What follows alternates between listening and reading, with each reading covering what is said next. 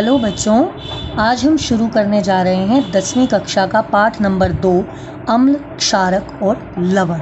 जैसा कि आपने पिछली कक्षाओं में पढ़ा है कि अम्ल जो हैं वो खट्टे होते हैं और क्षारक जो हैं वो कड़वे होते हैं। लेकिन क्या हर चीज़ को दुनिया में हम चख के पता लगा सकते हैं कि वो अम्ल है या क्षारक? क्या चख कर पता लगाना सही तरीका है अम्ल और क्षारक के बारे में पता करने का?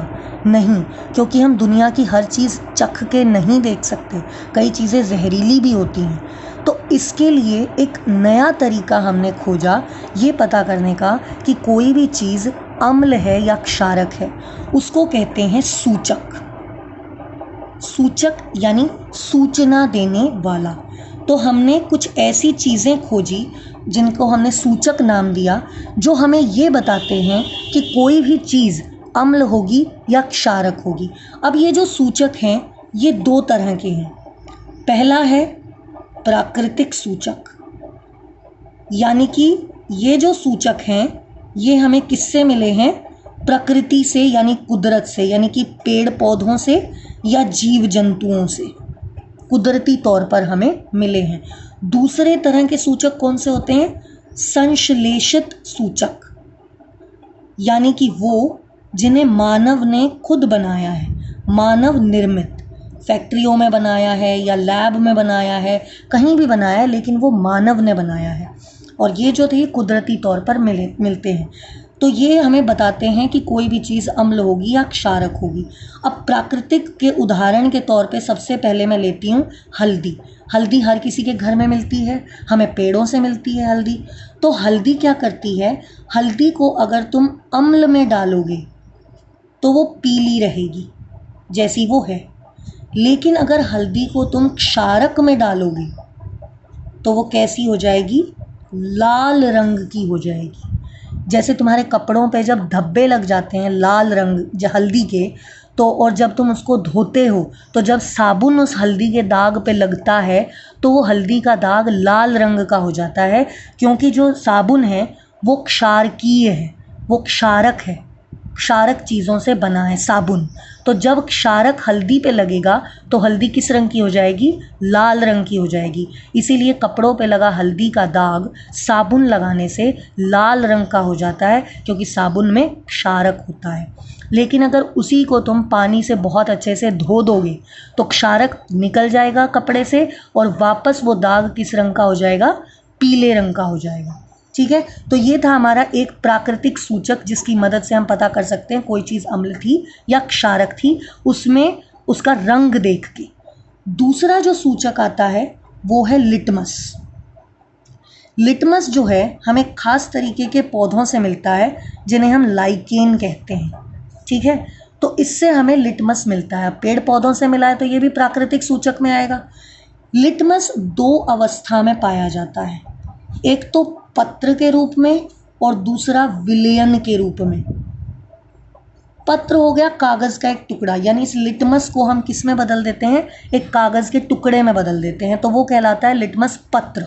और विलयन क्या होता है? किसी भी चीज़ की घुली हुई अवस्था, मतलब वो किसी चीज़ में घुला हुआ हो। जैसे अगर मैं चीनी को पानी में घोल दूं तो वो चीनी का विलयन कहलाएगा। तो इसी तरह लिटमस को मैंने किसी चीज़ में घोल रखा है तो वो क्या होगा? विलयन। यानी ये लिक्विड अवस्था में है, ये द्रव है। समझ गए? तो ये जो द्रव होता है लिटमस का, ये बैंगनी रंग का होता है। किस रंग का होता है? बैंगनी रंग का होता है। अब जब हम इसको अम्ल में डालते हैं, जब हम इसको अम्ल में डालते हैं तो ये किस रंग का हो जाता है? लाल रंग का हो जाता है। और जब हम इसको क्षारक में डालते हैं तो ये नीले रंग का हो जाता है। तो यानी हम अगर लिटमस को किसी चीज़ में डाल के देखें तो और उसका रंग लाल हो जाए तो इसका मतलब वो चीज़ कैसी थी? अम्ल थी। अगर वो चीज़ किसी चीज़ में डालने पे, लिटमस विलयन को किसी चीज़ में डालने पे उस चीज़ का रंग नीला हो जाए तो इसका मतलब वो चीज़ कैसी थी? क्षारक थी। यानी कि लिटमस का जो घुली हुई अवस्था है, मैंने किसी चीज़ में इसको घोल दिया और फिर जिस चीज़ के बारे में मुझे पता करना है कि वो अम्ल है या क्षारक है, उसमें मैं इस लिटमस विलयन की 2 बूंद डाल के देखूंगी। तो वो 2 बूंदों से अगर मेरी जो चीज़ है वो लाल हो जाएगी तो यानी वो अम्ल थी, अगर वो नीली हो जाएगी तो यानी कि वो क्षारक थी। तो सिर्फ रंग देख के हमें पता चल गया कि हमारी चीज़ अम्ल थी या क्षारक थी। इसी तरह मैं पत्र की अगर बात करूं तो जो लिटमस पत्र होता है वो भी 2 तरीके का हमें मिलता है, एक लाल और एक नीला। नीले पत्र को अगर मैं अम्ल पे रखूं तो ये किस रंग का हो जाएगा? लाल रंग का हो जाएगा।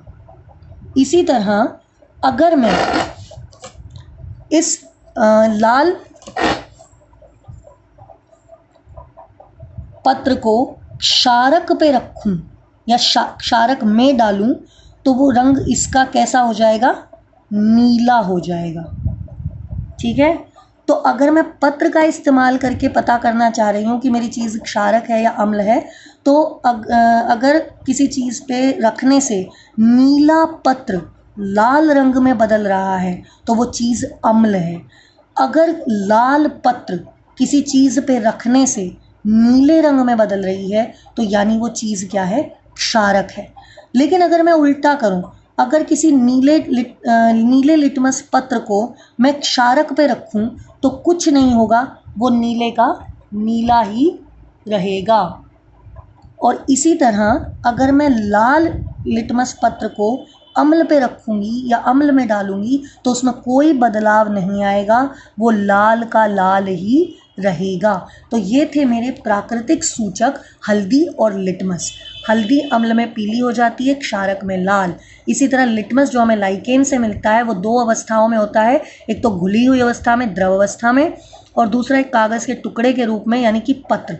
तो जो घुली हुई अवस्था द्रव अवस्था होती है वो बैंगनी रंग की होती है, लेकिन जब हम उसको अम्ल में डालते हैं तो वो लाल रंग की हो जाएगी, अगर हम उसको क्षारक में डालेंगे तो वो नीले रंग की हो जाएगी। इसी तरह जो पत्र है वो 2 रंगों का हमें मिलता है, नीला और लाल। तो नीले पत्र को जब मैं अम्ल में डालूंगी या अम्ल पे रखूंगी तो वो लाल रंग का हो जाएगा। इसी तरह लाल लिटमस पत्र को अगर मैं क्षारक पे रखूंगी तो वो नीले रंग का हो जाएगा। अब आ जाते हैं मानव निर्मित पे। मानव निर्मित भी 2 तरह के होते हैं, 2 है मुख्य तौर पे, 2 का इस्तेमाल हम ज़्यादा करते हैं। पहला है मिथेल ऑरेंज और दूसरा है फिनोल्फथैलिन। फिनोल्फ्थलीन बोलते हैं इसको, लेकिन लिखने में आता है फिनोल्फथैलिन।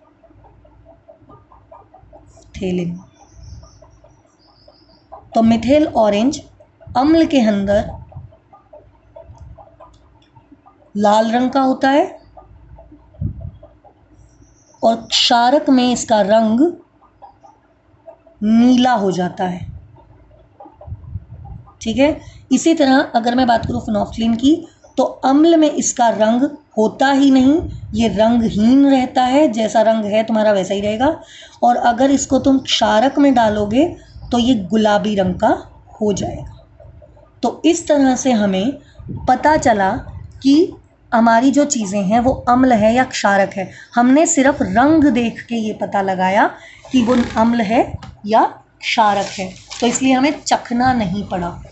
अच्छा, एक और चीज़ है कि हाँ, अम्ल, अब आ जाते हैं अम्ल के बारे में पढ़ते हैं। अम्ल के अगर मैं आपको उदाहरण दूं जो सामान्य तौर पर लैब में इस्तेमाल किए जाते हैं, ये है हाइड्रोक्लोरिक अम्ल, ये है सल्फ्यूरिक अम्ल, ये है नाइट्रिक अम्ल, ये है एसिटिक अम्ल। तो ये जो थे ये कुछ मुख्य तौर पर इस्तेमाल होने वाले अम्ल थे। हाइड्रोक्लोरिक अम्ल,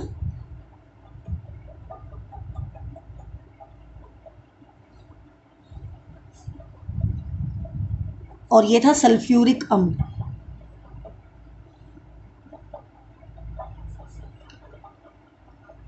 ये नाइट्रिक अम्ल है और ये एसिडिक अम्ल है।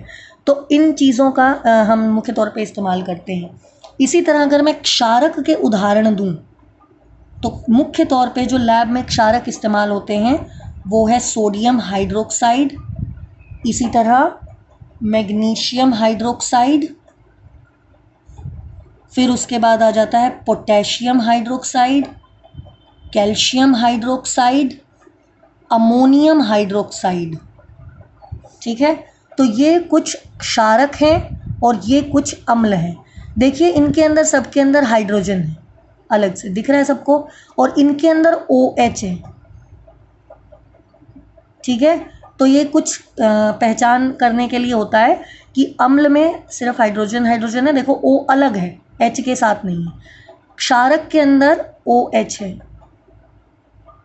इसमें OH है लेकिन ये एक साथ नहीं माना जाता, ये H अलग माना जाता है। तो ये चीज़ें थी अम्ल और क्षारक।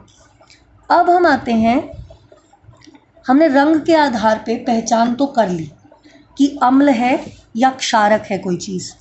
अब हम इसकी अभिक्रिया करवाएंगे, यानी कि रिएक्शन करवाएंगे अम्ल की और कई चीज़ों के साथ। दुनिया में जो और चीज़ें हैं, मतलब लैब में जो और चीज़ें मिलती हैं, उनकी हम रिएक्शन करवा के देखेंगे अम्ल के साथ और क्षारक के साथ। देखते हैं कि हमें क्या मिलता है। तो सबसे पहले जो मैं अभिक्रिया करवाने जा रही हूँ वो है धातु के साथ अम्ल की रिएक्शन। ठीक है, धातु की और अम्ल की रिएक्शन। अब धातु कौन कौन से होते हैं? सोडियम धातु है, पोटेशियम धातु है, एल्यूमिनियम धातु है, जिंक धातु है, और फिर उसके बाद तुम्हारा मैग्नीशियम धातु है। तो ये सब क्या है? धातु है। कॉपर है, ये धातु है। लोहा है, ये भी धातु है। तो इन धातुओं के साथ मैं अम्ल की रिएक्शन करवाना चाह रही हूँ, अभिक्रिया करवाना चाह रही हूँ। तो अब जब मैं धातु की अम्ल के साथ अभिक्रिया करवाती हूँ तो मुझे हमेशा एक साथ में लवण और उसके साथ हाइड्रोजन गैस मिलती है। अब पिछले चैप्टर में भी आप लोगों को बताया गया था कि जब भी कोई रिएक्शन होती है, ये मेरी कोई भी रिएक्शन हो रही है, मैंने दो चीज़ों के बीच में रिएक्शन करवाई, उसको अगर कॉपी में उतारना हो तो हम इस तरीके से उतारेंगे। जिन दो चीज़ों के बीच में रिएक्शन हो रही है उसको हम बाएं हाथ की ओर लिखेंगे, फिर तीर का निशान बनाकर वो चीज़ें लिखेंगे जो रिएक्शन होने के बाद हमें मिली हैं। ये दोनों अभिकारक कहलाते हैं, जिनके बीच में रिएक्शन हो रही है, और जो हमें मिलता है उसे हम उत्पाद कहते हैं। ठीक है, तो जब भी मैं धातु की और अम्ल की आपस में रिएक्शन करवाऊंगी तो हमेशा मुझे लवण और हाइड्रोजन गैस मिलेगा। धातु कोई भी हो सकता है इनमें से, और अम्ल इनमें से कोई भी हो सकता है। ज़रूरी नहीं, मतलब तुम कोई भी धातु लोगे या कोई भी अम्ल लोगे, तुम्हें उत्पाद में हमेशा लवण और हाइड्रोजन गैस ही मिलेगी। अगर मैं उदाहरण के तौर पे तुम्हें दिखाऊं तो ये देखिए, ये क्या है? ये जिंक धातु की मैंने हाइड्रोजन क्लोराइड हाइड्रोक्लोरिक अम्ल के साथ रिएक्शन करवाई, मुझे क्या मिला? लवण, जिंक क्लोराइड और साथ में हाइड्रोजन गैस। इसी तरह जब मैंने मैग्नीशियम धातु की हाइड्रोक्लोरिक अम्ल के साथ रिएक्शन करवाई तो मुझे क्या मिला? मैग्नीशियम क्लोराइड, लवण और हाइड्रोजन गैस। इसी तरह मैंने कैल्शियम धातु की जब अम्ल के साथ रिएक्शन करवाई तो मुझे क्या मिला? कैल्शियम क्लोराइड, लवण और हाइड्रोजन गैस। दूसरी चीज़, ये सारी की सारी जो अभिक्रिया है धातु की और अम्ल की बीच में जो ये अभिक्रिया हुई है, ये विस्थापन अभिक्रिया है। विस्थापन अभिक्रिया में क्या कैसे होता है? एक चीज़ दूसरे की जगह ले लेती है जो ज़्यादा क्रियाशील हो। मतलब जैसे खेल के मैदान में जो फुर्तीले बच्चे होते हैं वो जो आलसी बच्चे होते हैं उनकी जगह ले लेते हैं। इसी तरह जो जिंक है और हाइड्रोजन है, इसमें से जिंक ज़्यादा क्रियाशील है या काम भाषा में कहूँ तो ज़्यादा फुर्तीला है, तो ये क्या करेगा, इसकी जगह ले लेगा, इसको हटा देगा और खुद इसकी जगह आके बैठ जाएगा। तो ये देखो पहले क्लोरीन के साथ हाइड्रोजन जुड़ा हुआ था, लेकिन जिंक ने आके इसको हटा दिया। अब जिंक जो है वो क्लोरीन के साथ जुड़ गया और हाइड्रोजन अलग हो गया। तो विस्थापन में यही होता है, ज़्यादा क्रियाशील कम क्रियाशील की जगह ले लेता है, उसे विस्थापन अभिक्रिया कहते हैं। तो जब भी धातु और अम्ल की रिएक्शन होती है या अभिक्रिया होती है तो लवण और हाइड्रोजन गैस मिलते हैं, और ये जो है ये विस्थापन अभिक्रिया होती है। ये सभी विस्थापन अभिक्रिया हैं। धातु ने क्या किया, हाइड्रोजन की जगह ले ली। ये देखो मैग्नीशियम ने हाइड्रोजन को हटा के खुद आके इसके साथ जुड़ गया, हाइड्रोजन गैस को अलग निकाल दिया।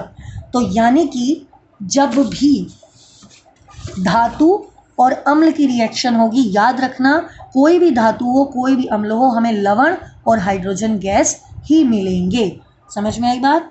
अब आ जाते हैं क्षारक पे। जब हम धातु की रिएक्शन, जब हम किसी भी धातु की, ये पीछे मैंने इतने सारे धातु लिखे थे, किसी भी धातु की अगर मैं अभिक्रिया किसी भी क्षारक से करवाऊं तो मुझे लवण और हाइड्रोजन गैस ही मिलेंगे हमेशा। धातु में लेके चल लेती हूँ, जिंक ले लेती हूँ और क्षारक में ले लेती हूँ NaOH। तो ये जिंक है, ये सोडियम हाइड्रोक्साइड है, ये मेरी धातु है और ये मेरा क्षारक है। तो मुझे मिलेगा क्या, Na2ZnO2 और साथ में हाइड्रोजन गैस। ये होता है सोडियम जिंकेट, जो कि एक लवण है, और ये है मेरी हाइड्रोजन गैस। ठीक है, तो धातु कोई भी हो और क्षारक हो, वो लवण और हाइड्रोजन गैस ही बनाएगा, जैसे कि अम्ल में बनाया था। लेकिन अम्ल के साथ हर धातु अभिक्रिया करता है, रिएक्शन करता है, लेकिन क्षारक के साथ ऐसा नहीं होता। कुछ एक धातु हैं जो क्षारक के साथ अभिक्रिया करते हैं, जैसे कि उसमें से एक जिंक है, दूसरा एल्यूमिनियम है। बाकी के जो धातु हैं वो क्षारक के साथ कोई अभिक्रिया नहीं करते, सिर्फ कुछ एक करते हैं, जैसे जिंक और एल्यूमिनियम। और जो वो भी अगर करेंगे अभिक्रिया तो लवण और हाइड्रोजन गैस ही बनाएंगे। उसके बाद अब हम आगे चलते हैं। अब हम अभिक्रिया करवा के देखेंगे धातु कार्बोनेट,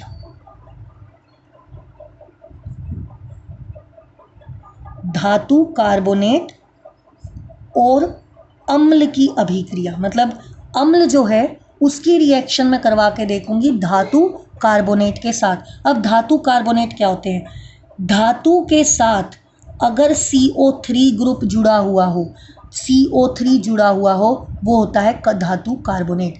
कार्बोनेट का जो सूत्र होता है वो CO3 होता है, और उसके साथ अगर मैं कोई धातु जोड़ दूं तो वो धातु कार्बोनेट बन जाता है। जैसे अगर मैंने इसके साथ मैग्नीशियम धातु जोड़ दी तो मैग्नीशियम कार्बोनेट बन गया। इसी तरह अगर मैंने कैल्शियम धातु जोड़ दी तो कैल्शियम कार्बोनेट बन गया।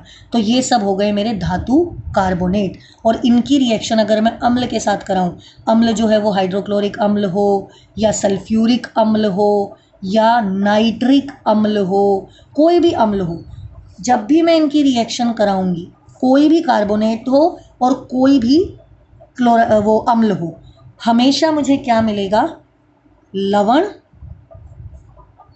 जल और कार्बन डाइऑक्साइड गैस। ठीक है, हमेशा मुझे क्या मिलेगा, लवण, जल और कार्बन डाइऑक्साइड गैस।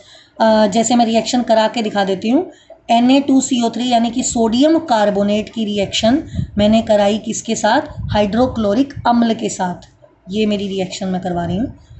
तो क्या मिला मुझे, NaCl जो कि लवण है, H2O जो कि जल है, और CO2 यानी कि कार्बन डाइऑक्साइड गैस। ये मेरी रिएक्शन है। ठीक है, अगर मैं मान के चलो अब मैग्नीशियम कार्बोनेट की रिएक्शन करवा रही हूँ सल्फ्यूरिक अम्ल के साथ, तो मुझे क्या मिलेगा, MgSO4 मैग्नीशियम सल्फेट जो कि लवण है, साथ में जल और इसके साथ CO2 यानी कि कार्बन डाइऑक्साइड गैस। ठीक है। इसी तरह अगर मैं कैल्शियम कार्बोनेट की रिएक्शन भी करवाऊंगी, मान लो मैंने कैल्शियम कार्बोनेट की रिएक्शन करवाई है किसके साथ, HCl के साथ करवाई है, तो क्या बन जाएगा, CaCl2 जो कि लवण है, फिर उसके बाद H2O और साथ में क्या चीज़ मिल जाएगी मुझे, CO2 यानी कि कार्बन डाइऑक्साइड गैस। तो धातु कार्बोनेट कोई भी हो, अम्ल कोई भी हो, जब भी इन दोनों की आपस में अभिक्रिया होगी मुझे लवण, जल और कार्बन डाइऑक्साइड गैस मिलेंगे हमेशा। तो ये चीज़ हो गई। अब मैंने जिस हिसाब से तुम्हें बताया, मैं एक बार दोहरा देती हूँ, जब भी धातु और अम्ल की रिएक्शन होगी तो हमें क्या मिलेगा, लवण और साथ में हाइड्रोजन गैस। ठीक है। इसी तरह जब धातु कार्बोनेट की रिएक्शन अम्ल के साथ होगी तो हमें क्या मिलेगा, लवण, जल और कार्बन डाइऑक्साइड गैस। अब हमें पता नहीं है कि हमने कोई चीज़ ली और अम्ल में डाल दी, अब हमें कैसे पता चलेगा, गैस निकली दोनों में। ठीक है, इसमें भी गैस निकल रही है हाइड्रोजन गैस, इसमें भी निकल रही है कार्बन डाइऑक्साइड गैस, दोनों रंगहीन हैं, दोनों गंधहीन है, मतलब दोनों का ना कोई रंग है ना कोई गंध आती है। तो हमें पता कैसे चलेगा कि हाइड्रोजन गैस निकली है कि कार्बन डाइऑक्साइड गैस निकली है। इसका बहुत आसान सा तरीका है, जो हाइड्रोजन गैस है वो विस्फोटक की तरह जलती है। अगर मैं इसके पास जब गैस निकल रही है, अगर मैं उसके पास माचिस की तीली लेके जाऊंगी तो वो विस्फोटक की तरह जलेगी, धमाके के साथ आवाज़ करते हुए। लेकिन अगर मैं वही माचिस की जलती हुई तीली, कार्बन डाइऑक्साइड गैस अगर निकल रही है और मैं उसके पास माचिस की तीली लेके जाऊंगी तो वो बुझ जाएगी, क्योंकि कार्बन डाइऑक्साइड गैस जलती नहीं है बल्कि बुझा देती है चीज़ों को। तो मतलब तुम्हें अगर चेक करना है कि हाइड्रोजन गैस निकली है कि कार्बन डाइऑक्साइड गैस निकली है, तो तुम एक माचिस की तीली उसके पास लेके जाओ जलती हुई, अगर वो धमाके के साथ जलने लगे तो वो हाइड्रोजन गैस है, अगर वो जलते जलते बुझ जाए तो वो कौन सी गैस है, कार्बन डाइऑक्साइड गैस है। तो यानी कि अगर विस्फोटक के जैसे जली तो अम्ल में जो चीज़ डाली थी वो धातु थी, और अगर जो जलती हुई माचिस की तीली बुझ गई है तो इसका मतलब मैंने अम्ल में क्या डाला था, धातु कार्बोनेट डाला था, इसलिए वो बुझ गई। और एक और तरीका भी है, अगर माचिस की तीली से नहीं करना, तो जो गैस निकल रही है, चाहे वो हाइड्रोजन गैस हो चाहे कार्बन डाइऑक्साइड हो, जो गैस निकली उसको मैंने चूने के पानी में से गुजार दिया। चूने का पानी, ये क्या होता है, कैल्शियम हाइड्रोक्साइड होता है। ठीक है, ये ब्रैकेट है, ये Ca है। तो जो गैस निकल रही है, चाहे वो ये हो चाहे वो ये हो, अगर मैं उसको चूने के पानी में से निकालूंगी और अगर इस चूने के पानी का रंग दूध जैसा हो जाए या दूधिया हो जाए, तो इसका मतलब वो गैस कार्बन डाइऑक्साइड गैस है, क्योंकि सिर्फ कार्बन डाइऑक्साइड गैस ही हमेशा चूने के पानी को दूधिया रंग में बदलती है। तो अगर जो गैस निकल रही है उसको तुम चूने के पानी में से गुजार के देखो, अगर वो दूधिया रंग का हो जाए तो यानी कि तुमने अम्ल में क्या डाला था, धातु कार्बोनेट। अगर वो वैसा का वैसा ही रहे तो यानी तुमने अम्ल में क्या डाला था, धातु को डाला था। अच्छा, एक और क्वेश्चन आया था, जैसे मैं धातु और अम्ल को जब करवाती हूँ, इनकी अभिक्रिया करवाती हूँ, तो मुझे लवण मिलता है और हाइड्रोजन गैस मिलती है। अगर मैं इधर लिख के दिखाऊं तो जैसे धातु मैंने सोडियम ले लिया और अम्ल मैंने हाइड्रोक्लोरिक अम्ल ले लिया, तो मुझे NaCl और हाइड्रोजन गैस मिली। यही चीज़ हुई थी, ये मेरा धातु है, ये मेरा अम्ल है, तो लवण मिला और हाइड्रोजन गैस मिली। अब होता क्या है, जैसे मैंने पहले भी बताया कि विस्थापन अभिक्रिया है, ये इसकी जगह ले लेगा। ये देखो Cl के साथ जुड़ गया ना। तो इसी पे एक क्वेश्चन आता है कि तांबे और पीतल की बर्तनों में दही को क्यों नहीं रखना चाहिए। कहते हैं तांबे और पीतल के उसमें दही को नहीं रखा जाता। वो इसीलिए नहीं रखा जाता क्योंकि जो धातु होती है वो जो तांबा होता है वो धातु होती है, कॉपर। तो इसमें जब मैं खट्टी दही रखूँगी यानी जो अम्ल है, तो क्या होगा, अभिक्रिया हो जाएगी और जो लवण हमें मिलेगा वो जहरीला होता है। इसलिए हम तांबे के बर्तन में दही को नहीं रखते क्योंकि दही अम्ल होती है और तांबा धातु होता है, दोनों के बीच में अभिक्रिया हो जाएगी।